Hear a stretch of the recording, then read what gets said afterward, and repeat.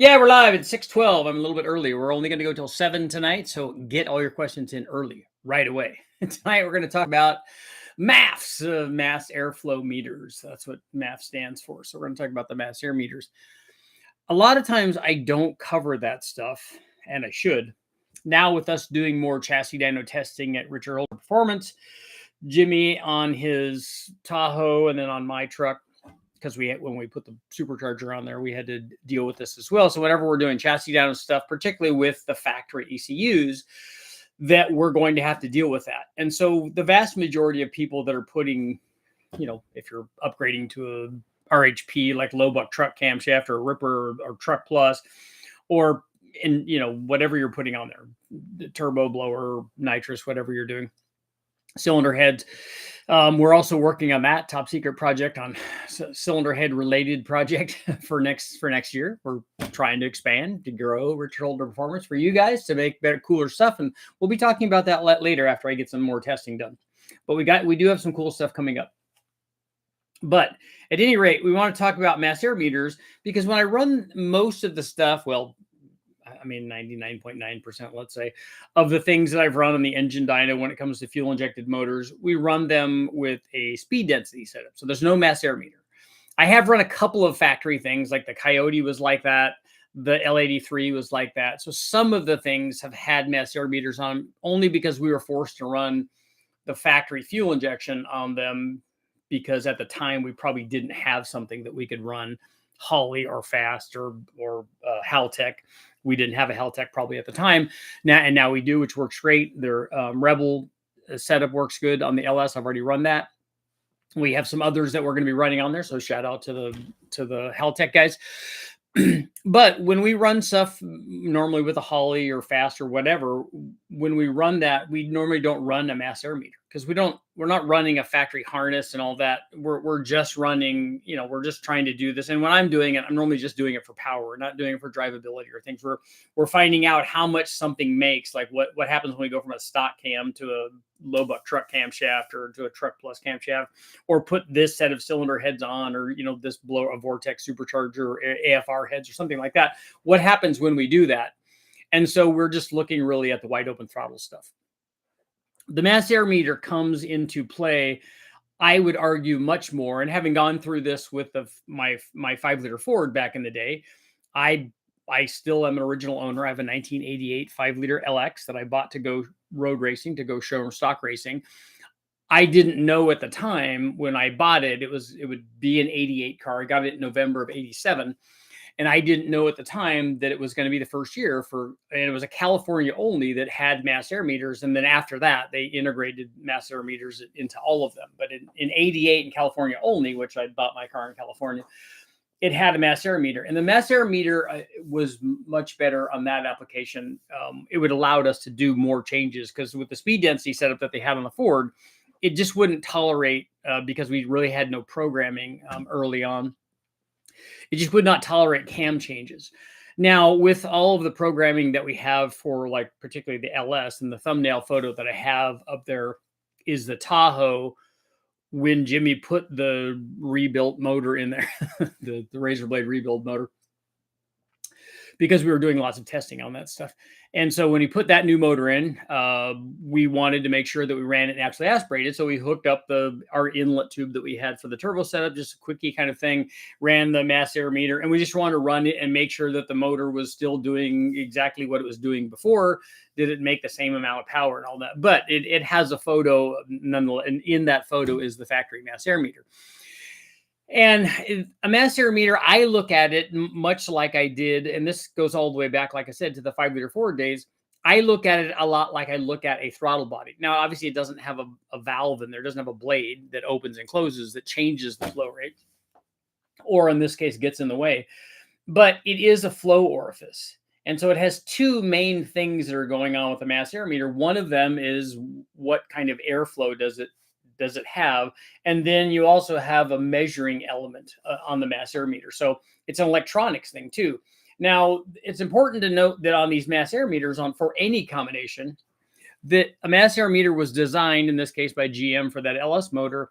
It was designed for a certain dynamic range, both electronically and physically. So it only had to support a certain amount of airflow because the motor was only going to make a certain amount. When they made a factory motor and they rated it at 285 horsepower, let's say on a 5.3, that there's no reason to have the mass air be able to support 1,000 or 1,200 or 1,800 horsepower, because it just wasn't, that's not in their wheelhouse. It wasn't even necessary. It wasn't even a consideration. So there's no reason that they would make the mass air meter like 5 inches and inside diameter, so that it was never an airflow or obstruction for any sort of conceivable project that we might have for a motor that we would get out of a wrecking yard later on, or that we would have an older vehicle like my 2002 that we would be doing stuff to. That's not the OEMs don't care about that. That's not a thing.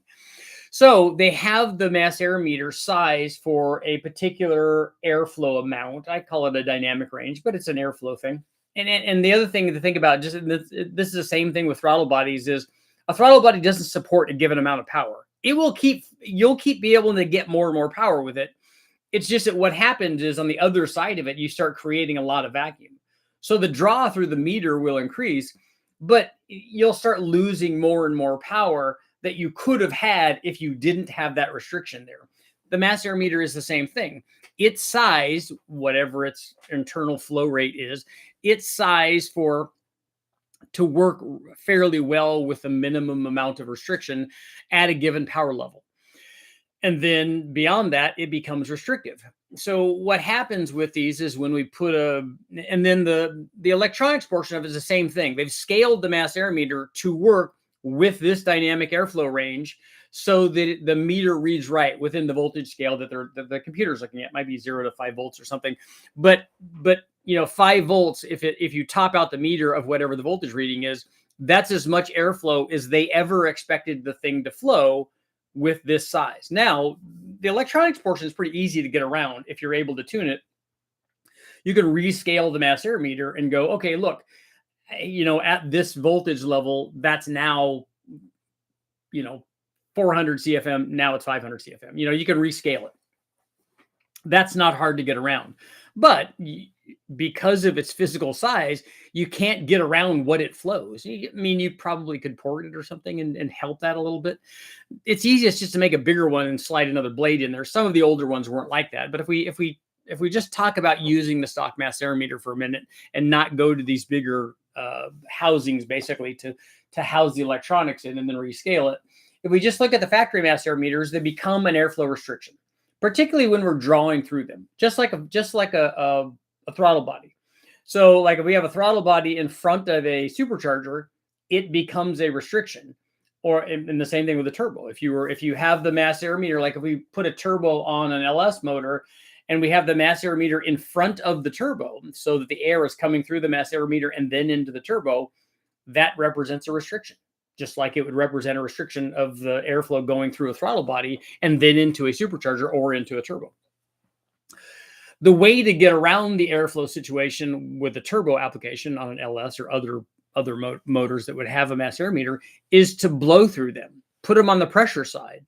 So you put them on the pressure side, just like with a throttle body. If if you have a turbo and are blowing through a stock throttle body, all of a sudden it can support, you can easily make 1,000 horsepower with a stock side throttle body. You're not going to do that with it on the front side. It would be really, really hard because it'd be very restrictive.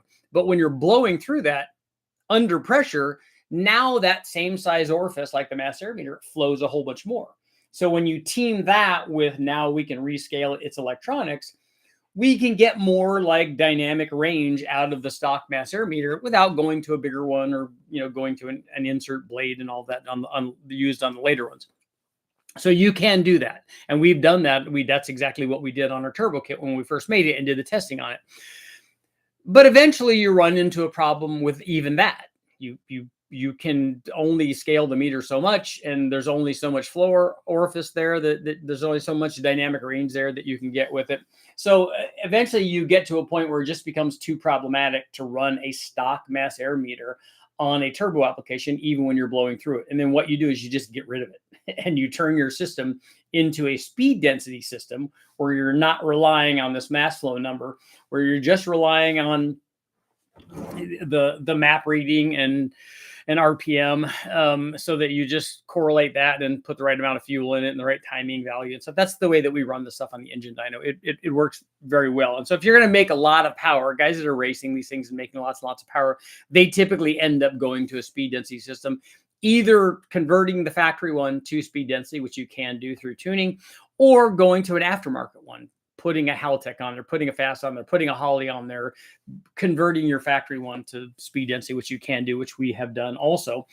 And then that way you can put different map sensors on them. You could go to from your 1 bar to a 2 bar to a 3 bar, depending on how much boost you want to run. You can make all of that work. And so there are different levels that you would be considering each of these things. If you're trying to make 400 or 500 horsepower, or whatever, and you're blowing through the mass air meter with a turbo thing, that's not really too big of a deal. Once you start going, you know, if you're looking to go 4 digits, you're definitely going to be getting rid of it. It's not going to be there. Somewhere in the middle there, you can get away with some stuff, still blowing through the mass air meter and then rescaling it. But, and then, like I said, the other option is, particularly on the later motors, you can go to a bigger tube that flows more, and then you can do the insert mass air meters that this early one doesn't have, but the later ones do. Just a blade that goes in there. It's just an air sampler basically, and it's just in the airflow. And then if you get the scaling right on it relative to the size and the thing that's taking the reading, you can make it work fairly well.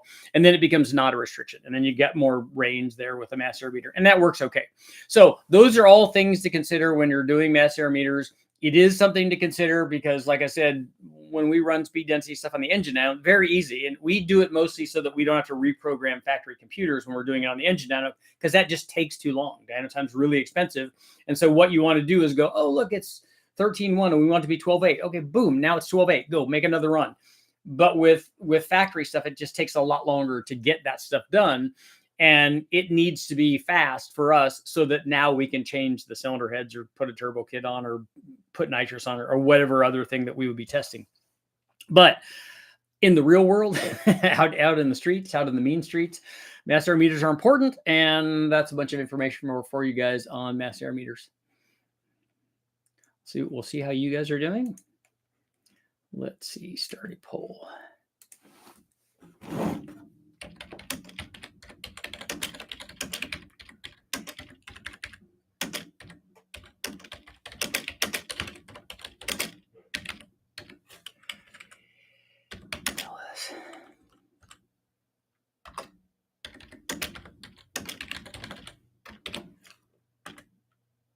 Okay, has anyone ever made 1,000 horsepower with a factory LS mass air meter? So we'll see what people have to say. That's going to be our poll. It's going to be our polio. There. Gator Robbie, boom, what's going on? Boom and SR? Or bomb, no springs required. Richard, you got your transmission for your truck. Okay, what transmission did you get, Todd? Hope you had a good Thanksgiving, Todd. Lunchbox, what's going on? What about ACES EFI test? I have never tested ACES EFI.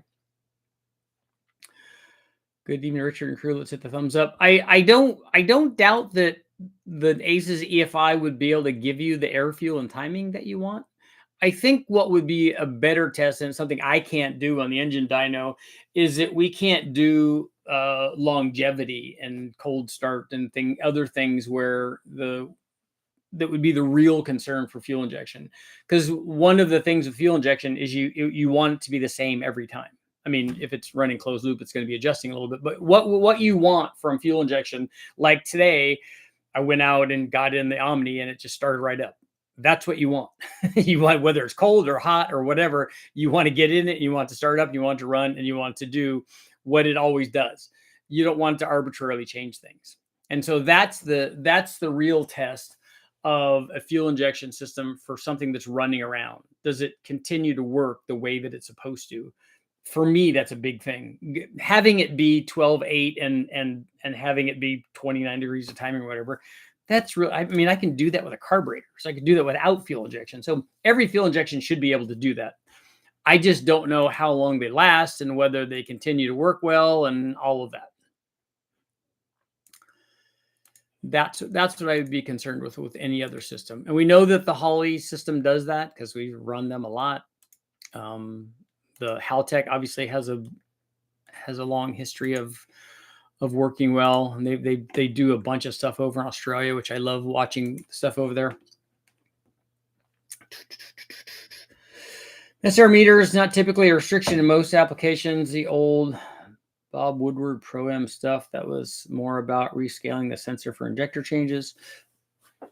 The factory mass air meter on a 5-liter Ford was definitely restrictive. Once you put heads, cam, and intake manifold on, a stock mass air meter was definitely restrictive.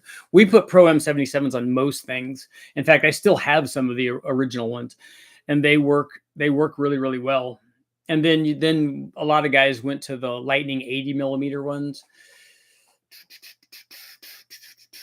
And I remember seeing the guys from Pro-M did a ported one, like an 83 millimeter. It was the 77 casting, but then they just machined it and then did their magic trickery with the mass air meter. Best map to use, the GM 5-pin plastic 85 millimeter. Leave the screen in it, flow 750 CFM. Do you do engine builds for, I don't do engine builds. I mean, I do a lot of them that I do for me, but not for other people.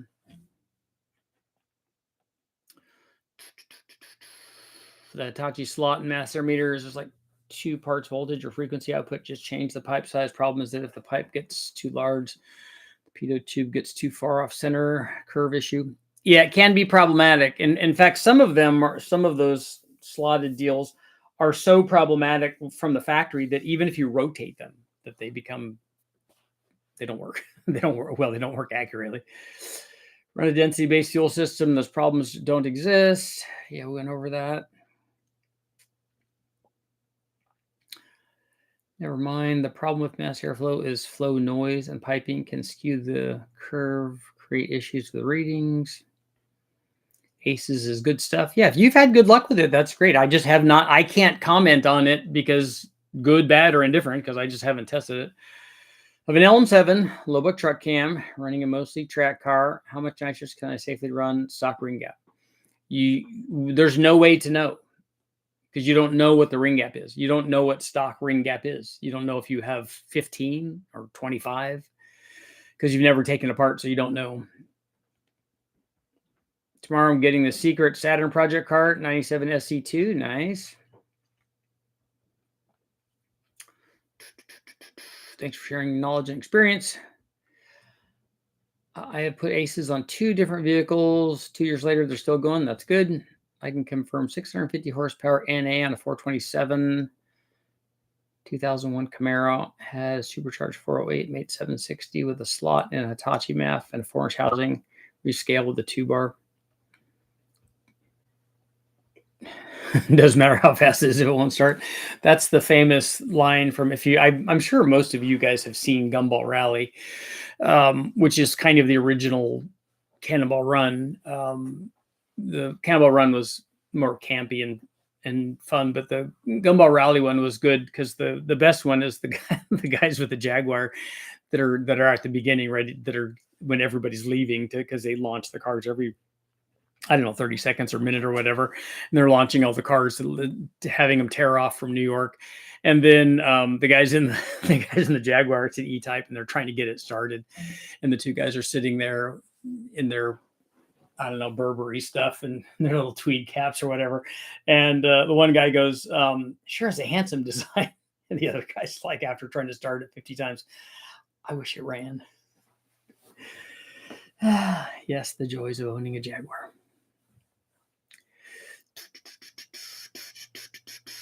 Kerosene, I believe a common upgrade on the RB series engine still running an airflow meter is to use a Z32 airflow meter.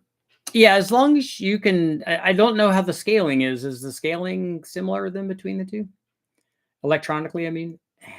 Hey, have you done a test with a 6-liter with 243 heads on a stage 2 cam? I just want to know the results. I don't know what stage 2 cam you're talking about. But I'm certain that yes is the answer. I've done something that's close to that. But it would make a difference on what headers you have, what intake manifold you have, and what 6-liter you have. Is it an LQ4, an LQ9, an LY6? You know, Bought a 700 R4, so soon I'll be running 14 pounds on my 6-liter. Nice. Please start out with 7 pounds and get that right before you run 14 pounds. What ring depth do you recommend to run nitrous on an LM7? We run 6 thousandths per inch of bore. So somewhere in the mid 20s on your 5.3. For 125 bore, how much ring gap is too much ring gap? 6 thousandths per inch of bore. But we've run 30 thousandths plus on a 5.3, so it's not a big deal. Would it work if you relocate the airflow sensor to after the intercooler? Yes, ours is after the intercooler on our turbo kit. It doesn't matter as long as it's on the pressure side. And the other nice thing to do with the mass aerometer that I didn't cover was ideally you want a length of straight pipe for the mass aerometer. So it doesn't have a turn right before it so that the airflow doesn't stack on one side and then the air meter the airflow number gets all cattywampus. You don't want that. Ideally, you want a straight section where the mass aerometer is working. What's better for low end response on a turbo? The low buck truck is definitely better than the truck plus. The low buck truck makes more power down low, so it would be better for a turbo. Pro-M, they didn't want to adapt to the market. A chip and a Terminator MAF was better than every product they offered. Yeah, the stock 58 millimeter MAF on the 5-liter. Yeah. Well, I mean, yeah, being able to tune a factory ECU or an aftermarket ECU is better than a meter and injectors. But I can say that I ran Silver State with their meter on my supercharged Mustang with meter and injectors. I ran the Silver State at wide open throttle for 42 minutes, and it worked fine. So they were pretty close.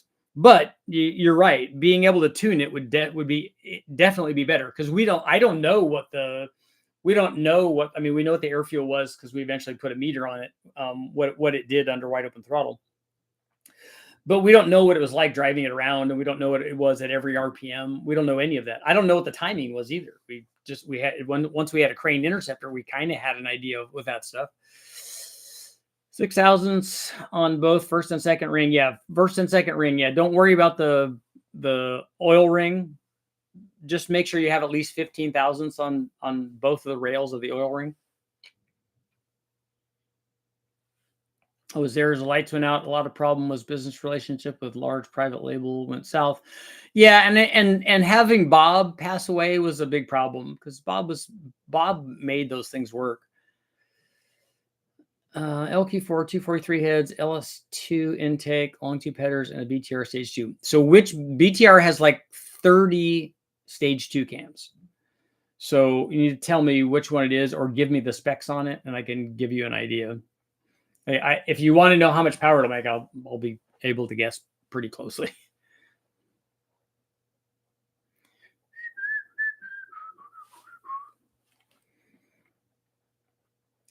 There. I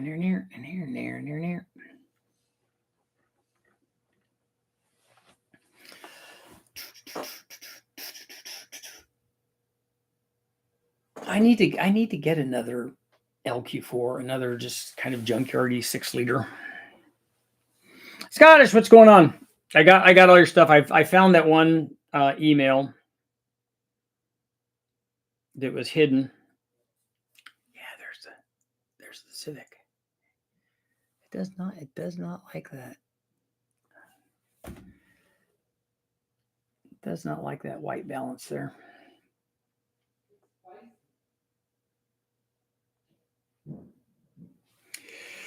Davitsky. I do. I need I'd take an LQ9. Actually, I'd take any 6-liter. It doesn't matter. I just want to do more 6-liter stuff.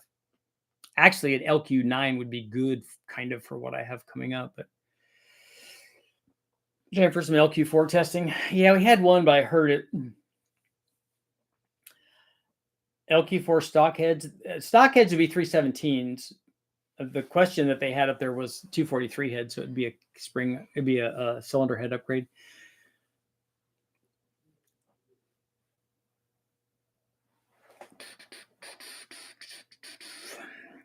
LQ4, 224, 236, 317s. Trailblazer SS. So I take bolt-ons on O2. Have you run that already, Mike? Maybe I don't understand what you got 3 question marks there. The 317s, replacing those would definitely be worth more power. 243s on that would definitely make more power. Trailblazer SS is good. That's fine. Long tube headers if you don't have any. Need to do some more Gen 4 rods and a Gen 3 block. Why do we need to do that? I have Gen 4 rods and a Gen 3 block. I have an L33. It already has that. Last time I was there at the pick and pull locally, they had 3 6-liters in the yard ready to go. Oh, nice. Truck cam, since it's a truck motor, I don't know if a car cam would perform the same.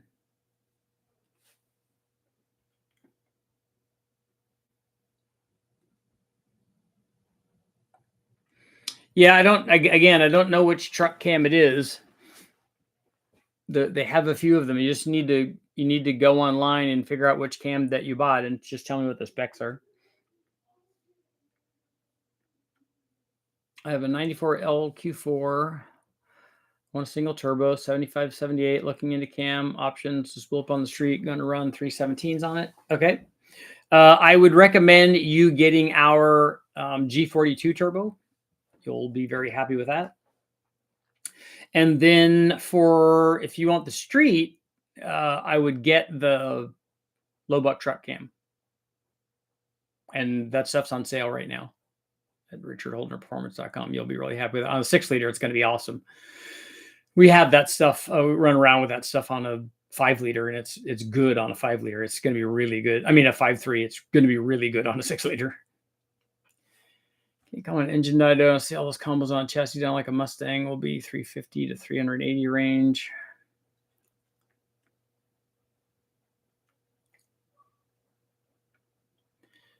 I have a 2010 Silverado with the 4.8 L20, 799 heads, backed by a close ratio T56, 410 gears, currently full bolt-ons. But I'm looking for a cam. What would you recommend? What is it like? How high are you trying to rev it? What kind of drivability do you want? All of that stuff. And what is the rest of the 4.8? Is the 4.8 bottom end stock? And what intake manifold does it have? How about a Dorman LS3 intake manifold? You're wanting to run one on your cathedral port thing?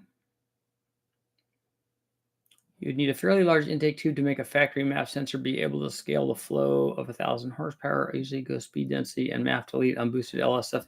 Yeah, that's what we talked about. That's pretty normal. Is once you get to high horsepower stuff. The poll question was more kind of a gee whiz thing. For a low profile and cleaner look for what? I wouldn't ever put an LS3 manifold with adapters on any cathedral port heads. After the testing that I did, it's not good. that doesn't work very well. I know. I wanted it more than anybody out there for it to be the like top secret thing, and it's not. It makes less power than cathedral port stuff does. What's your estimate of horsepower on an L83, L86 intake manifold, throttle body, 215 cam? I don't know. I don't have any idea. I'd have to look up the stuff that I've only done a few tests on the L83, and BTR did some stuff with their cams. And they may have, I think that they did run that L86 intake manifold, but I would just be guessing. Extended cab. In fact, you should look on BTR's website under the L83 stuff, under some of the cams and things. They probably have dyno results that are going to be close to what you're asking for there. Extended cab short bed on 33s. What would be the best head option? For what is the motor? Because I don't really care about, let's see. Maybe I already forgot what it is. Oh. Okay, yeah. Your LQ4. Your best bet for heads would be, for a 6-liter, probably for what you're doing, would be a 243 or 799 if you want to stay cathedral port. If you want to do rec port, you're going to have to change the intake manifold too. They will make more power if you put factory 821, 823, those kinds of factory rec port heads on, and a factory rec port intake manifold. It could be the truck version or the LS3 version. Either one of those is good. The 6-liter stage 4 Texas speed cam, 317 heads, titanium valves. Titanium valve springs? Titanium valves, I mean? And then springs. I don't know why you'd put titanium valves in a 317 heads. 75 millimeter precision, 79 Malibu ring gap. You have your ring gap at 20,000? That seems not enough. 2,200 pound injectors. What horsepower I should make safe? I wouldn't run the turbo thing with 20,000 gap. I mean, it'll work, but it sounds to me like you're trying to make lots of power with a 2,200 cc injector. And I don't think you have enough gap to do that. And well, you only have a 75 millimeter turbo, so it's going to be, you know, I don't know, maybe 1,200 or something. 5-inch pipe, Hitachi slot will read 13,500 hertz at around 1,500 grams a second. It's enough for 1,000 horsepower. Yeah, if you do a slot and a big one, we've done that with the Kenny Bell stuff on the Ford side too. I'm curious about some 6-liter combinations with the Truck Plus cam specifically, some head swaps and manifold swaps.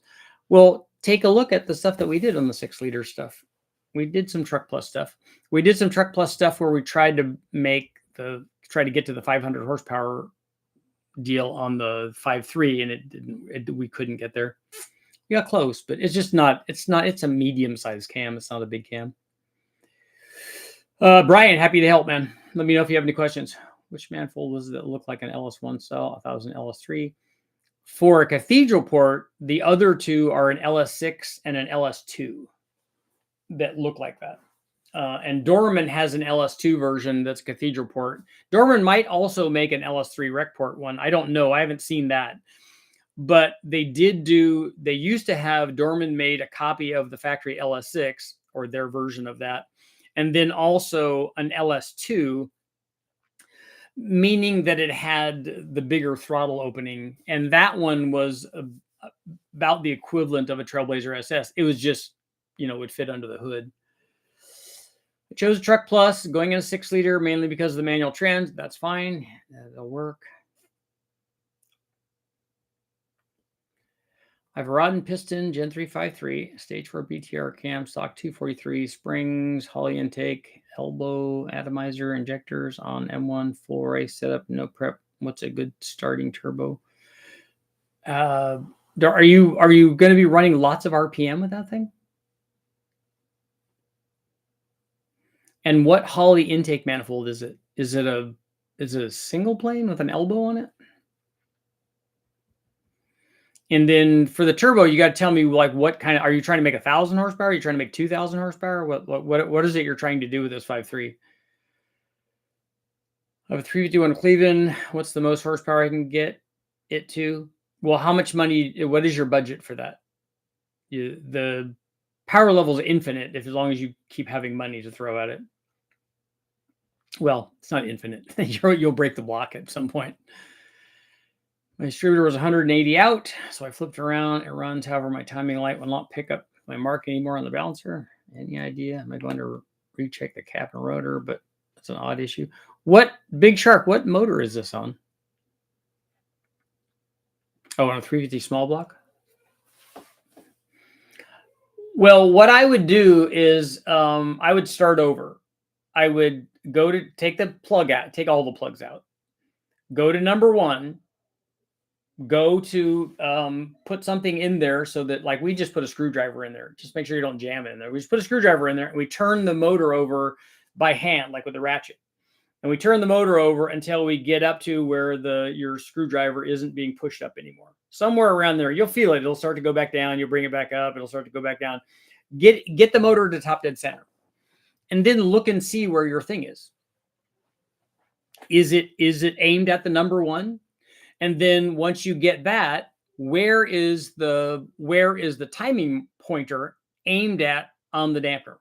Is it like sometimes with the Ford stuff, it could be on the opposite side. It could be the wrong side. It's not out of time. It's just the wrong combination of dampener and timing marker and the marker on the front cover. You might have that issue. The balancer may have also slipped. I don't know what balancer you have. That happens too. The outer ring of the balancer can slip on the inner portion, and then now your timing's not off. It's just that if you're reading it now in an incorrect position, it's going to be way off. So those are all things to look at. Specs of the camera 208 something. The 108 LSA. Okay, big lock. I got to go back and remember what I was talking about here.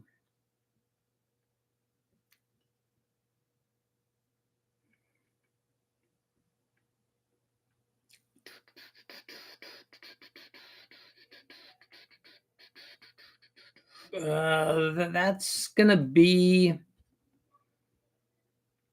a pretty small cam for a 6-liter. I would think that it's going to be in the low to mid 400s, the way that we test it.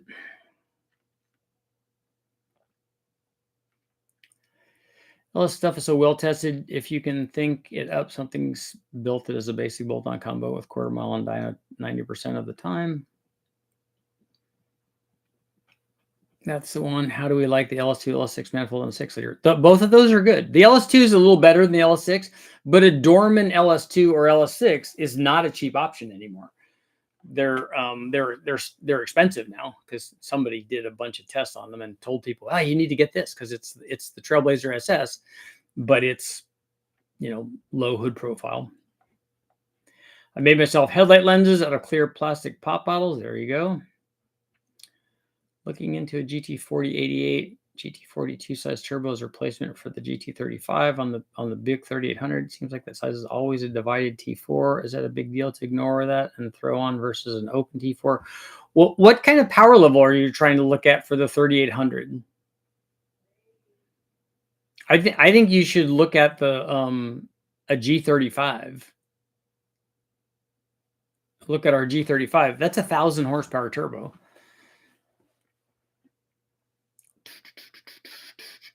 Dylan, so you're wanting 1,400 horsepower? Yeah, you're gonna need something bigger than our G42.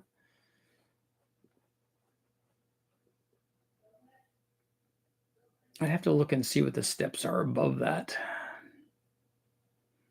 Or you could do twins, an open plane. So you mean a single plane? It has a Trailblazer SS intake manifold, stock bottom end. We'll see high RPMs. I'll be drifting and also road trip warrior. Yeah, you won't be making power at high RPM with a Trailblazer SS intake manifold. So it's going to be a 6,500 RPM motor. I mean, you might rev it to 7,000. That's going to be way past the power peak, though. I recently jumped ship from the Coyote to the LS. Couldn't be happier. Coyotes make power. There's no doubt about that. They tend to be more expensive, though. What's the best ring gap for my 6-liter turbo? I'm planning around 85. 6,000s per inch of bore. You think you could do a normal guy boost video? Like, what is that? Do something like a Honda 3500, kind of an eBay turbo, an average guy engine. Well, there's nothing more average than the LS because the LS is the most popular, the most swapped, has the biggest aftermarket following of all of those motors.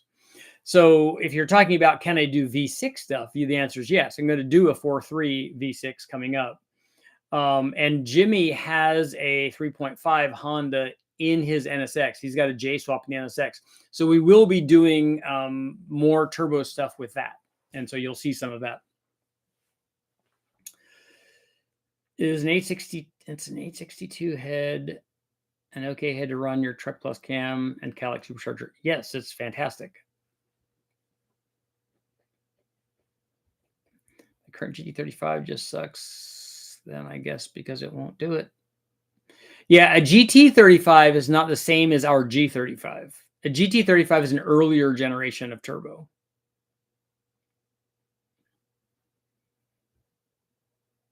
I'm currently running the stock bottom end 6-liter, my O2 Silverado extended cab. 750 horsepower. Okay. And so you want a turbo then? I would put our G42 on it. I have to rebuild my small block Chevy. It's built for boost. It's built years ago and has dish pistons because that's the way we did it back in the day. Should I go to flat tops or stick with 8-to-1? Well, what are flat tops going to get you? How much of a dish does it have right now? I don't know how big your chambers are. So I don't think you need to go much more than 9-to-1. It will work at 8-to-1 and it'll allow you a bunch of leeway if you're driving around.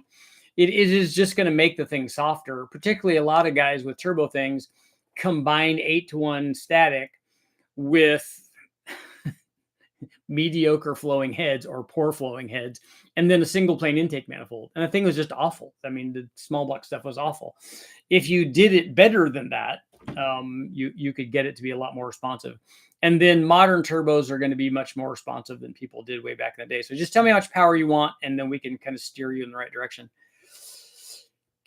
Can't speak for Ace's LS stuff. I've had a bad time tuning transient fuels on Killshot TBI. Chokes if accelerates too fast. Software is iffy. I appreciate the advice. Yeah, happy to help, man. Happy to help. They're still working out quality control and consistency. Then again, I've also heard issues with Holly setups. Yeah, a guy that had problems with something is not going to have good things to say. That's part of the deal. Should they upgrade the 862 valves to stainless or Inconel? It has stainless valves in it already from the factory. I'm pretty sure the factory ones are stainless. But you don't need stainless. You don't need to upgrade the valves to when you're running a supercharger. You don't need to put Inconel valves in there because you're not going to be. I mean, are you going to be doing the silver state in it where you're at wide open throttle for half an hour? If you're not, you don't have to worry about. I mean, the amount of time that you're in boost and on heat, that's not going to be a problem. What RPM will a Truck Plus take the 6-liter out to 60 header safely with a tune 243 heads? No, it's not going to make power at 6,800. Not with those stock heads, and then not with a certainly not with the Trailblazer SS intake manifold. I think ours made peak power at less than 6,000. I mean, you can rev it higher than that, and that's a different thing than making power, but it will rev there. But he's doing it, but he ain't digging it. So somebody tell me what movie that's from. Final Truck Plus. Okay, here we go.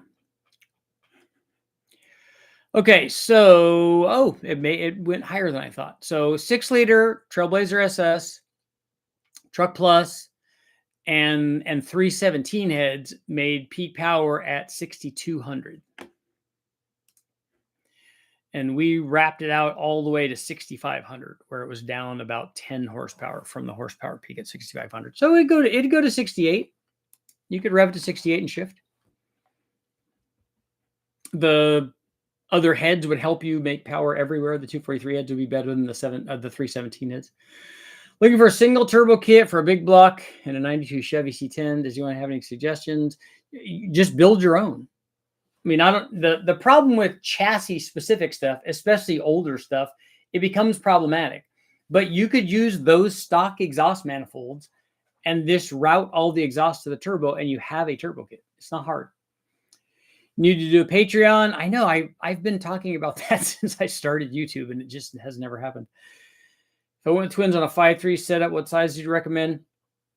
If you're wanting 1400, do our twin 3582s. Are you interested in Ford 4-valve V6 for testing? I have 2 complete with more parts. I'll donate. What are they?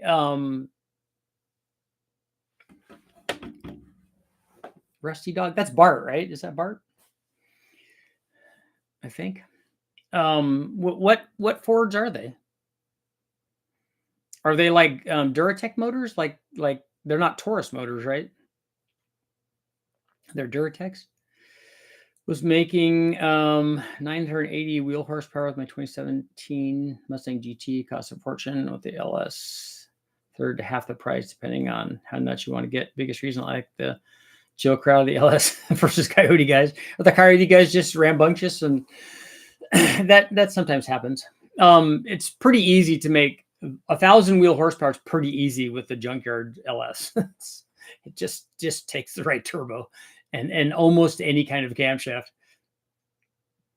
Yeah, Bart, let me which V6s are those? I think the Duratec ones. Okay. So like the 3-liter Duratec or 2.5 and 3-liter Duratec stuff that they had in Tauruses. And then I think later they probably had them and stuff after that too. But I remember them in like the SVT Contours and the Duratecs for that era. Our VORTECH intake manifolds with 102 millimeter throttle body with fuel injectors, 55 psi, and fuel rails for 300. A good deal to add to my collection if it's worth the investment. Yeah, I mean, if you you're talking about the, I don't know which manifolds you're talking about. If you're talking about the fabricated aluminum ones, $300 for that and a throttle body and injector seems like a good deal.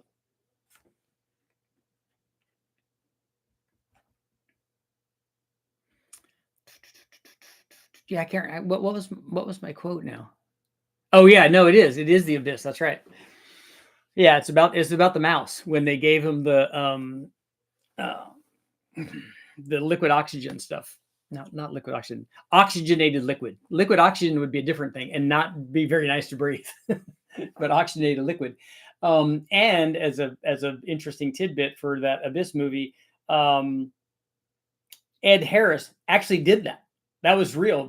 He did the oxygenated liquid, and the scene that they filmed was the first time that he did that. He wouldn't do it again.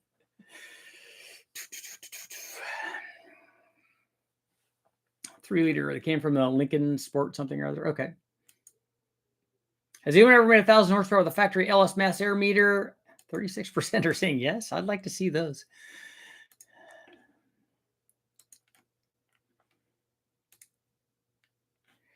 Yeah, I remember watching that thinking when I first saw that movie, that how cool that would be. Now I don't know if I would try that. The fear of drowning is a real thing. And I'm really, really calm. Like I love diving and stuff. I like free diving. I like scuba diving. I like all this, snorkeling around, like that. Water is my jams. And, but still, I don't know that I think it would be still a little iffy. Also, the scene where she drowns, it's Mary Elizabeth Mastrantonio, I think, where they're in the thing and he's going to drag her over to the thing where they have oxygen or whatever because her suits run out. And so he lets her drown. I'm like, wait, stop. She has time right now. Start walking over there and let her drown on the way. Don't just sit and have this. I mean, it was a really good, it was very, very powerful scene, but still get going on your way. Don't waste time while you have this face-to-face moment. Be going on your way. Is there a cam size where 799 heads are better than 706s on a 6-liter? It has nothing to do with the camshaft. It looks like 706 make more power across most of the RPM range. If you look at the 799 versus a 706 on a 6-liter that was run on a cammed 6-liter, at the top of the RPM range where airflow is most important, the higher flowing heads now can take advantage of that. It's a function of the NA power output. So those heads flow 250. The 706's heads flow 10 or 15 or whatever, 20 CFM less, whatever the number is. And so they'll support less power. So one of them can support more power. So better head flow, obviously better. It's just that it doesn't aid anything down low. And in fact, the smaller port and smaller valves and all that actually make a lot more torque through some of the curve. And then the airflow thing kind of takes over. So whichever one you pick, you're going to get a loss somewhere. So you'll either get a loss, if you pick the 799 heads, you're going to get a loss up to 5,000. If you pick the 706 heads, you're going to get a loss, above that. You could adjust for that. You could mill the 799 heads. You could port either one of them. You could put bigger valves in the 706s. You could do all that stuff. Thumbnail looks like my kind of junk. Yeah. Well, and really all we wanted to do on that, and Jimmy was doing the testing. We just wanted to make sure it was right. So there's no reason to put all the air box and all that stuff back in because we had already rearranged everything for the turbo kit. So we'd have to go and rearrange everything again. We don't want to do that because we had to move the coolant overflow and stuff. And so we don't want to do all that. So just make it work. Just all we want to know is like it breathing through the stock mass air meter. It's naturally aspirated. What does it do? Is it still happy? Yes, it's still happy. Okay, check that off the box. Now we can put all the turbo stuff on and keep turbo testing and then proceed to blow up the transmission. I don't think anyone can make 1,000 horsepower on the factory MAF. I'm currently MAF only. I've seen MAF hertz up to 10,750. I'm a Gen 3 with 426 grams a second. Yeah, I don't think it's possible either. Not one of these early ones like my 2002. I don't think that that's possible. I just wanted to get people to talk about it. I got the small block Chevy with 8.1 pistons. I got an 8.1 piston works on a small block Chevy. I have 64cc aluminum heads, and I'm going from a blower to a turbo. I want to make the most power safely I can. I do run the heck out of it. I have a couple of 5.3 L33s. Is that a good engine for boost? Yes, it's a fantastic one. Just put ring gap in it, and then it works really well. Got 1 more minute. We're going to get rid of our poll at 66% saying, no, you cannot make 1,000 horsepower with factory. Or they have not seen anybody make 1,000 horsepower with a factory MAF. I haven't seen it. We've seen lots of power with big tube sliding element stuff, but do you have any wrist pin speed considerations in your stroker buildups? Wrist pin speed? No, I don't calculate that as a problematic area. That's never where the problem is. The problem is always valve train for RPM. We need a big bang on a Gen 3 with Gen 4 rods after you do a ton of testing, of course. Save that for last. Yeah, that's not going to happen. How big? Because if you fix the rod and piston, it's just going to be a Gen 4 because the crank's not going to break and the block's not going to break. You know, it's not going to be that. How big a ring gap? We run for boost 6 thousandths per inch of bore. I like to do 6.5, but 6 is probably fine. I'm not a Ford guy, but what's the deal with Cleveland and Windsor heads? Are they interchangeable?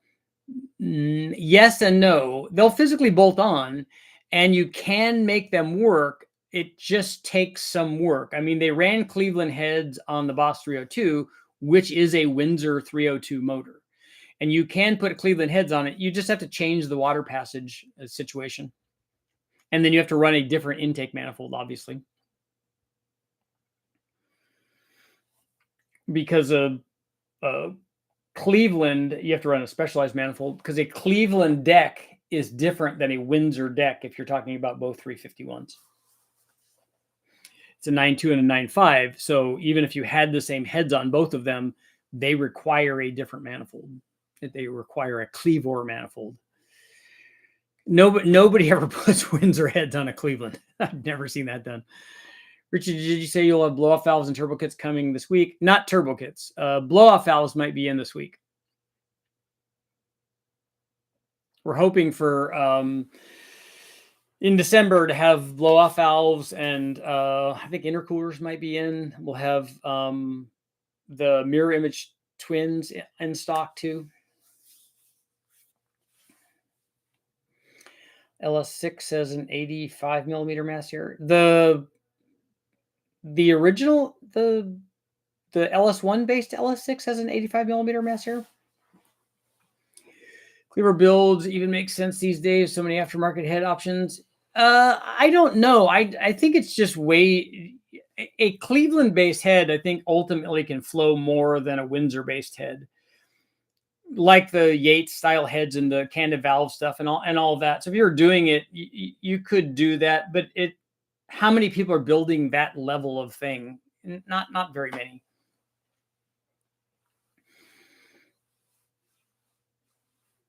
You know, they're big valves, they're candid, they're going to require a custom piston, all of that stuff. And so 01 up C5 had it. Yeah, that's the one I'm talking about. Okay, well, that's a good size master meter. So they did make more power. So the OEMs even thought, the GM even thought, okay, well, if we're going to up this, we should make this bigger. They didn't. It's interesting that they didn't change the throttle body size on that. The stock bottom end LS3 L92 truck manifold going a single cab all-wheel drive, nice for traction, full-size pickup. How's a 212 226 cam gonna run NA in a 4,900-pound truck? Where do you think power torque will peak, will roll off? The 117 is going to help it carry power a little bit. A 212 226 is going to be good. It's a little smaller than I think a lot of guys would do on an LS3. LS heads or Cleveland heads, do they flow like 300? An LS head's not anything like a Cleveland head, but there are stock LS heads that flow 300. A stock Cleveland head, the ones that I tested, were like 275. Did we all hear about Chevy's new line of V8s? Bringing back the 5.7 liter, I heard. 350 Chev. Got to get a small block Chev. Nothing but goodness.